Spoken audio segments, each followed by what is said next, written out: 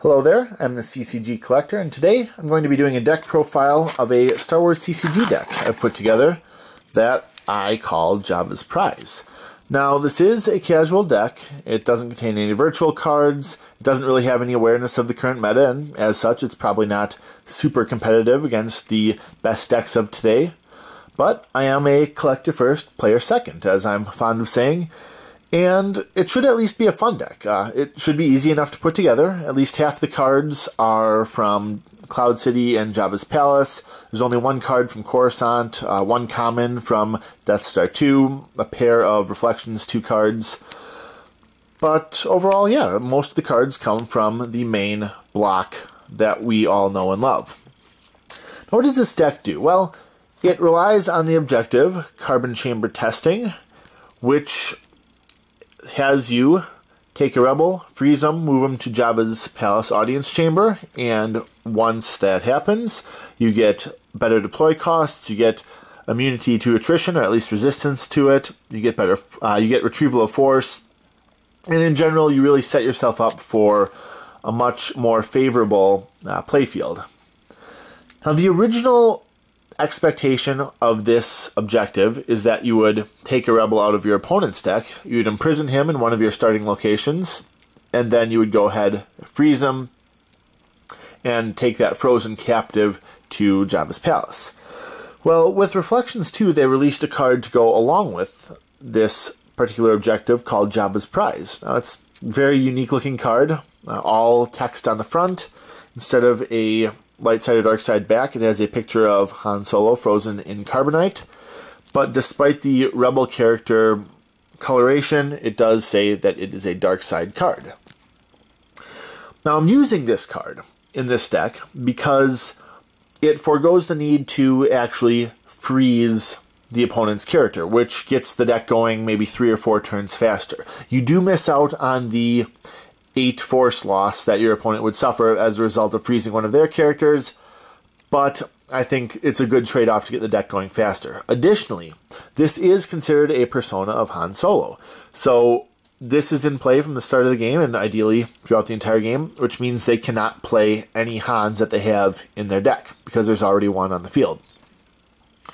So that's that. Now, how does this deck work? What does it do? How does it do what it does? Well, it has 14 alien characters, 10 of which are bounty hunters. It's got 5 matching ships, 3 matching weapons, and plenty of interrupts that focus on capturing. So even after you've performed the initial conditions of the objective, you still can go around capturing your opponent's characters, winning battles, just getting a really powerful, really synergistic playfield. It also uses a number of drawing cards to ensure that you get a consistent gameplay experience, that you can always get the cards that you need as you play through it. Well, let's just take a look at how we start this then. Now, before the game even starts, you reveal your objective, and if your opponent has one, he reveals it as well. And an objective sets up your playfield. It occurs instead of playing a starting location, and it gives you a number of locations or other cards to play, and gives you additional conditions to set up the achievable of this objective. Now, this one, Carbon Chamber Testing, says to deploy Carbonite Chamber, Carbonite Chamber Console, and Security Tower, with a rebel from opponent's reserve deck, or in the case of this card, this one, imprisoned there. So let's take a look at how our battlefield starts out. We begin with Carbonite Chamber. Nothing really special in the game text that we care about. This one adds to carbon freezing. This one subtracts from carbon freezing. We're not going to be doing carbon freezing. Doesn't matter. I don't even have the cards in the deck for it because it's not something I'm going to pursue. I've already got a frozen captive. But you do start out with 2 force and only offer them 1. Or set yourself up to force drain for 1 if that's how you want to look at it. The other card, Cloud City Security Tower, is a dungeon or a prison, and it is not a battleground, so you generate a force, don't need to worry about them generating any force. Now, it also has the nice side effect, or ability of once per game, may search your reserve deck, take Lando into hand. Now, this is the dark side Lando, of course, and reshuffle. So that's an example of the card draw that I was talking about, actually going into your deck and searching out specific cards instead of relying on random draws. Now, because of the objective, we also do have to include Carbonite Chamber Council in here. Doesn't do anything for us. Its ability, its effect is deploy, adds 3 to Carbon Freezing Destiny, and you can pull Ugnaughts, Prepare the Chamber, or Carbon Freezing into your hand from your deck. We're not going to be using any of those. I don't have any Ugnaughts in the deck because we're not going to be freezing. But you are not allowed to play an objective unless you can fulfill all the conditions on the objective, and this happens to be one of them, so it's in the deck. Finally, here is our prison that we'll be putting into the security tower. This is Jabba's prize, power 0, ability 0, carbon frozen. Basically has a long list of conditions, deploy only if you're using this card, if they have another objective out, can't do it, and so on and so forth. It says it is a persona of Han, only while on table, may not be targeted by a number of cards at target, Han Solo, and while he's at Audience Chamber, while this card's at the Audience Chamber, Jabba is power +3, defense value +3, and adds 3 to his immunity to attrition. So the goal of this objective is to move it to the Audience Chamber. Once you do that, you also give a lot of bonuses to Jabba. And then if your opponent releases him, then they can deploy their own Han to replace him. No big deal. Oh, that goes in the prison. Now, after you play your objective, you can also play a starting interrupt, and this one is a beauty. Now, this is a fixed card from the Cloud City, the Enhanced Cloud City packs. I believe there were 12 fixed cards, 3 in each of the 4 variations of the Enhanced packs. This one is incredible. It is a used or starting interrupt. If it's in your deck and you just want to play it, lets you activate a force. Fantastic. Otherwise, as a starting interrupt, you can take into hand from reserve deck 1 prison and 1 bounty hunter and also a matching weapon and or starship. And then when you draw your starting hand, draw 6 more cards instead of 8 and put the interrupt in the reserve deck. Most of the time when you have a starting interrupt, you play it, you put it in the lost pile. This one, you use it, then you put a Destiny 4 card in your reserve deck that every time you draw it, it lets you activate 1 force. So, obviously, to get this show on the road, we will be taking the prison of Jabba's Palace dungeon. Again, it's a prison, only 1 force for us, none for them. And whenever a bounty hunter delivers a captive here, retrieve 2 force. So nice.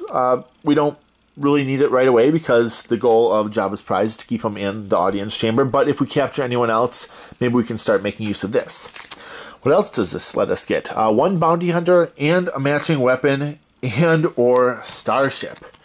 So we've got a couple of options here. Ideally, right now what we've got is our starting, if we go first, we activate 1, 2, 3, 4 force. You generate 1 personal force for yourself. Now, ideally, we want 5 force to work with. So, if your opponent's starting location, or the starting locations that they play as a result of their own objective, if they have one, give you a single force, an extra force, and you have 5 force to work with on your first turn, this is the pair that you want. And I should actually pull out his ship as well, since it allows you to.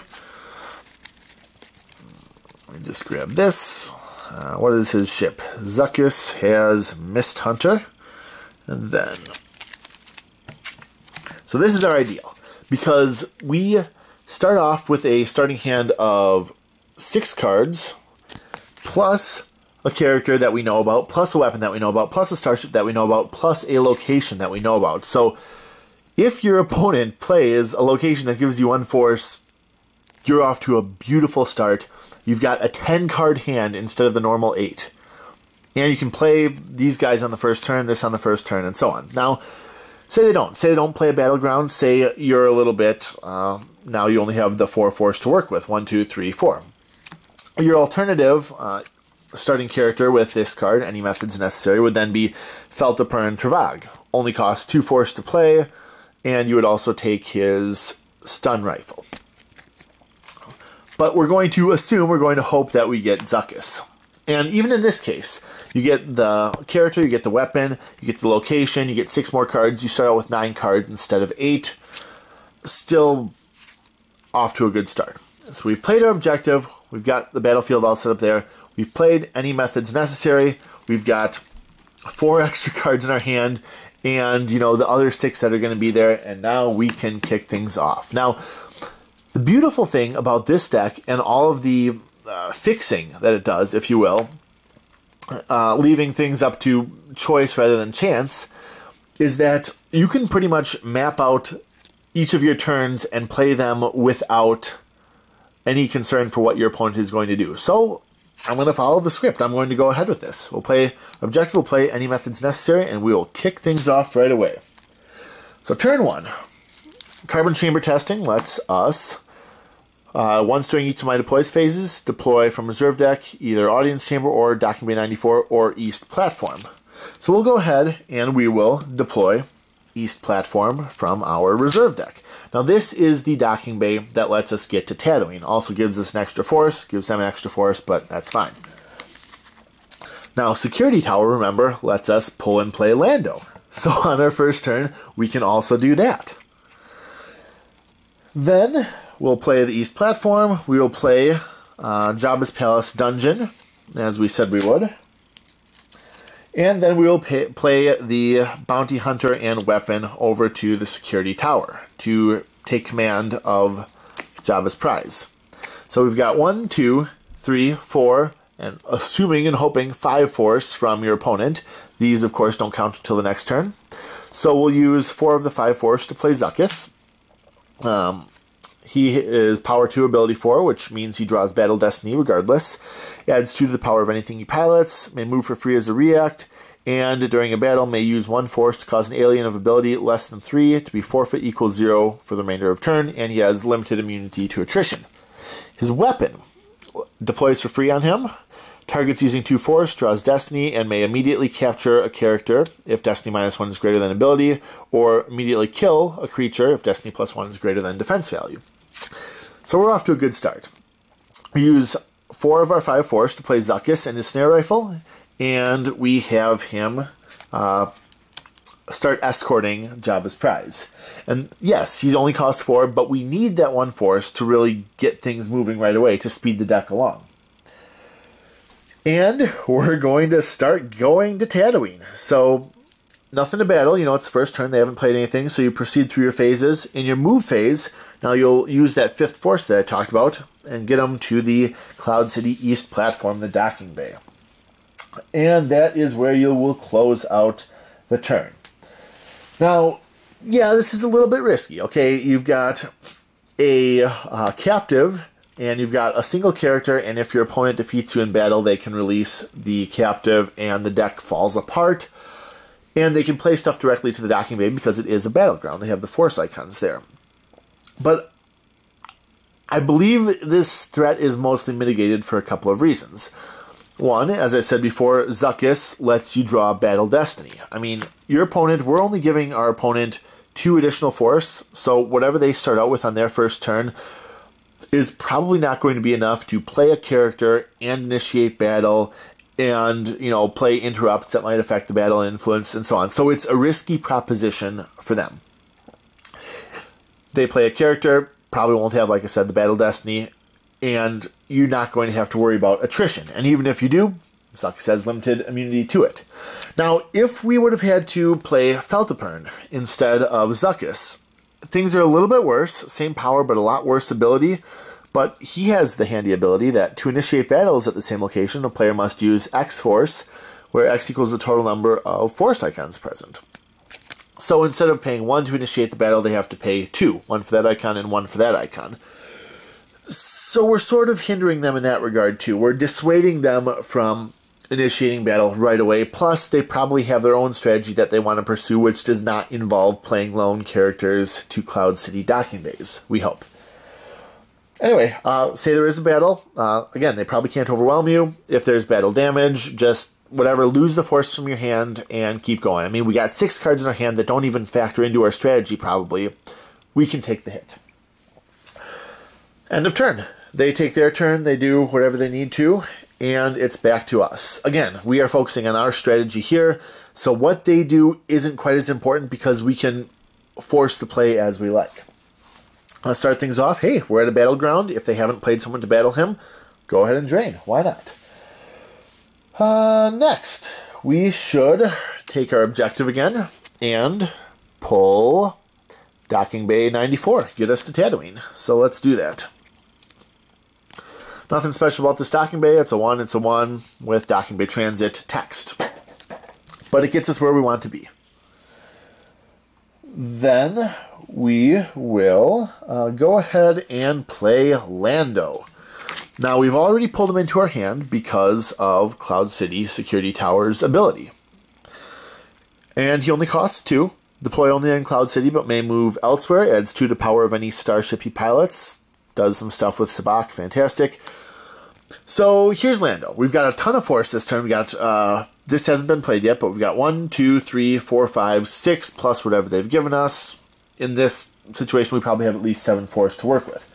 So there are a couple of things that we can do with Lando, for a couple of reasons. If we play him to Carbonite Freezing Chamber, it helps prevent a potentially large force drain if they choose to play a creature or character there, because we have the 2 icons that they can drain us against. So there's that. And also, if they don't have anything there, you can drain them the next turn. It also possibly baits them into stranding a character in that chamber to get a high force drain and prevent you from freezing more captives. I mean, they see you got carbon chamber testing out there. They think maybe you're going to freeze people, so maybe they'll station someone there. Who knows? So that's one reason you might want to play him to Carbonite Chamber. You could also play him to East Platform to give a little bit of extra support there, and to maybe have him tag along when Zuckuss moves to Tatooine, just to really beef up the defense around our precious cargo here. And that's about it. At any rate, you've got a lot of force to work with, and you know, you can use one of it to move. You have to move Zuckuss to Docking Bay 94. That's what moves the game along. You could use another one of your, remember we're talking 7 force, minus the 2 is 5 force, another force to move Lando with him. You can play cards from your hand, you can draw. It's up to you at that point. It doesn't affect the main strategy. So here's our board at the end of, I mean, possibly even here. Here's our board at the end of turn 2. Our opponent has only taken 1 turn at this point, and we've got 5 locations out, 2 characters at Tatooine with a prisoner ready to be delivered to the audience chamber. That's wonderful. They take their turn, they do whatever they want, and now it's turn 3. So drain where you want to. If you can drain Docking Bay, do it. If you have Lando here, drain there. If you have Lando there, drain there. Point is, shift the odds a little bit more in your favor. Activate all the force you've got available. 2, 3, 4, 5, 6, 7. And now we use Carbon Chamber testing to pull the last piece of the puzzle. Jabba's Palace Audience Chamber. Once per game, you may deploy 1 alien here from reserve deck and reshuffle. So we'll put that dungeon off to the side there. And there's our audience chamber. Now, let's do that right away. Why wait? Let's pull Jabba and let's play him right away. Now, he is power 3, ability 4, deploy -2 at Tatooine or Nal Hutta. Now, this junk on the bottom, someone pasted a virtual card on there. I had to peel it off. Whatever. You can read the text. It's good enough. So he would normally cost 6 to deploy. Now he costs 4 to deploy. Deploys -2 to Tatooine or Nal Hutta. To moves require 2 force. We don't care about that. While at Audience Chamber, here's the big one, adds 1 to forfeit of all of your other aliens and allows you to activate 1 force whenever you force train with an alien, which we are going to be doing all day long. So, we've used Audience's Chamber ability to pull him into our hands. And what do we have? 7 force to work with? Let's play him there right away using some of our force. Now we've got 3 force left. And during our move phase, we will go ahead and move the captive to the audience chamber. What do you know? End of turn 3. Completely independent of other things you can do. Remember, we have leftover force, we have cards in our hand, we can be playing stuff, we can be playing interrupts, we can be playing characters, whatever. End of turn 3, though. We've got our captive in the audience chamber.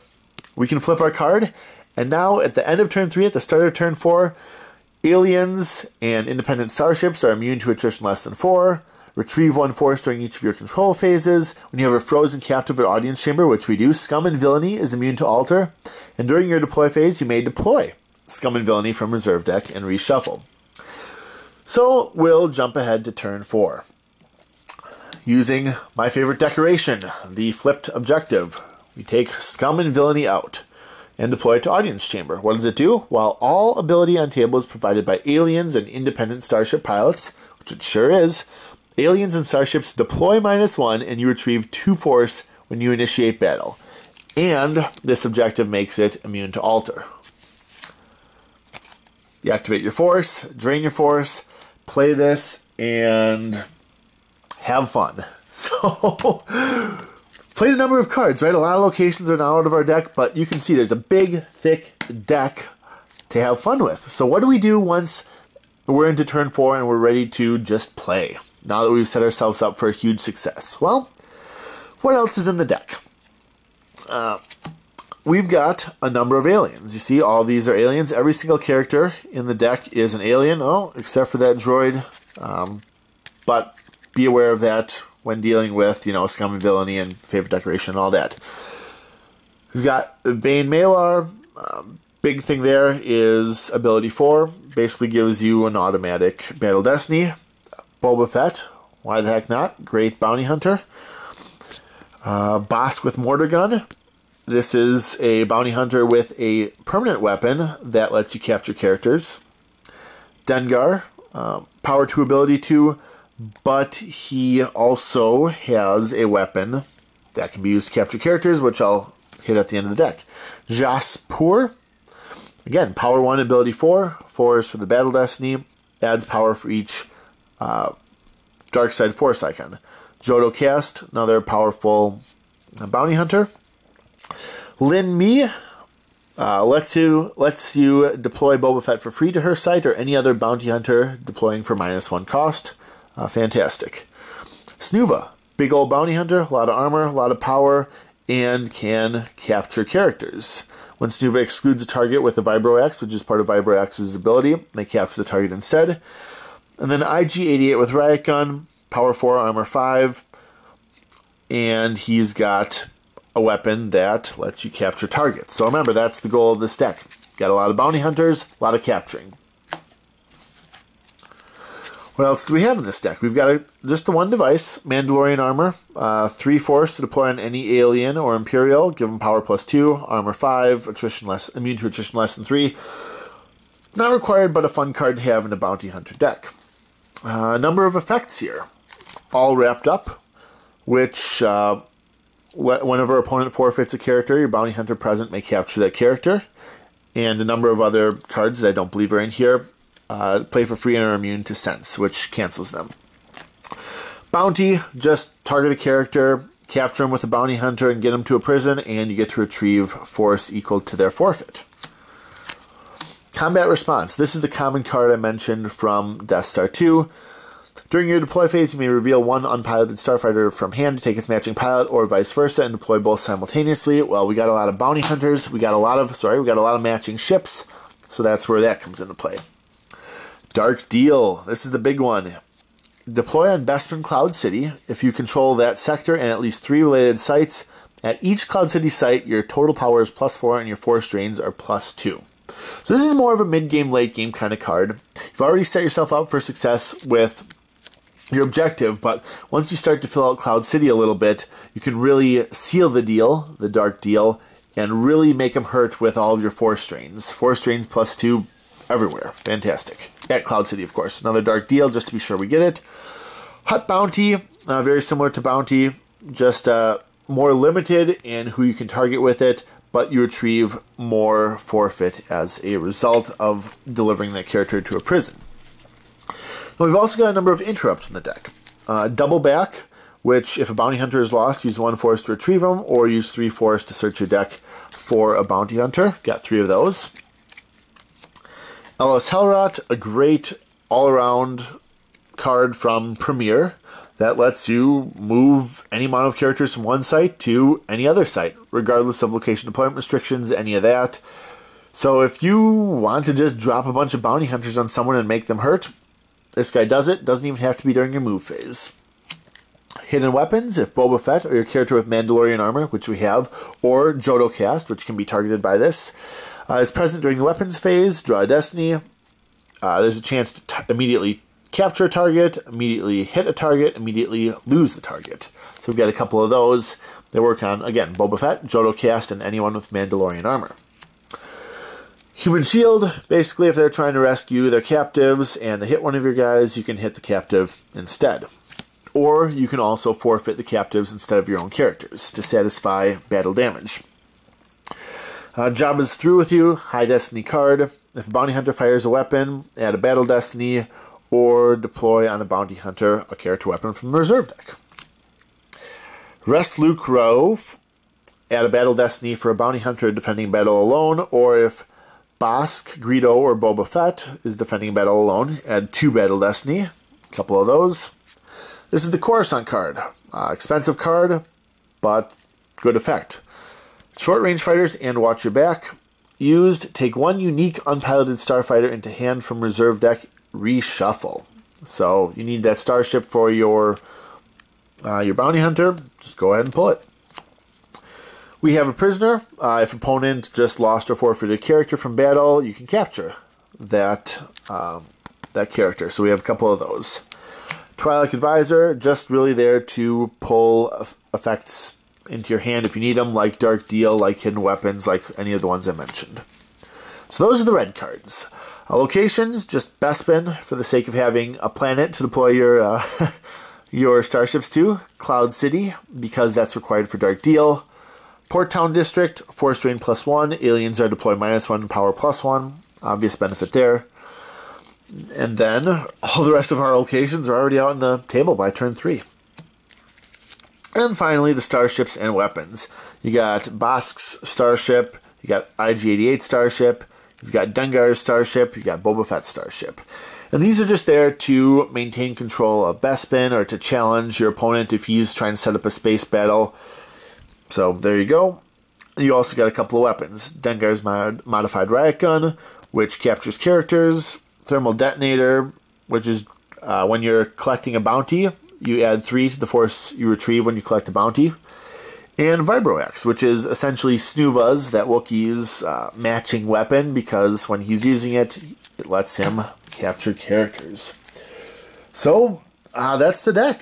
I mean, not much to it. You follow the objective to a T, and you just hit them hard with bounty hunters all over the place, capturing their characters and winning battles and force draining. So that is the deck.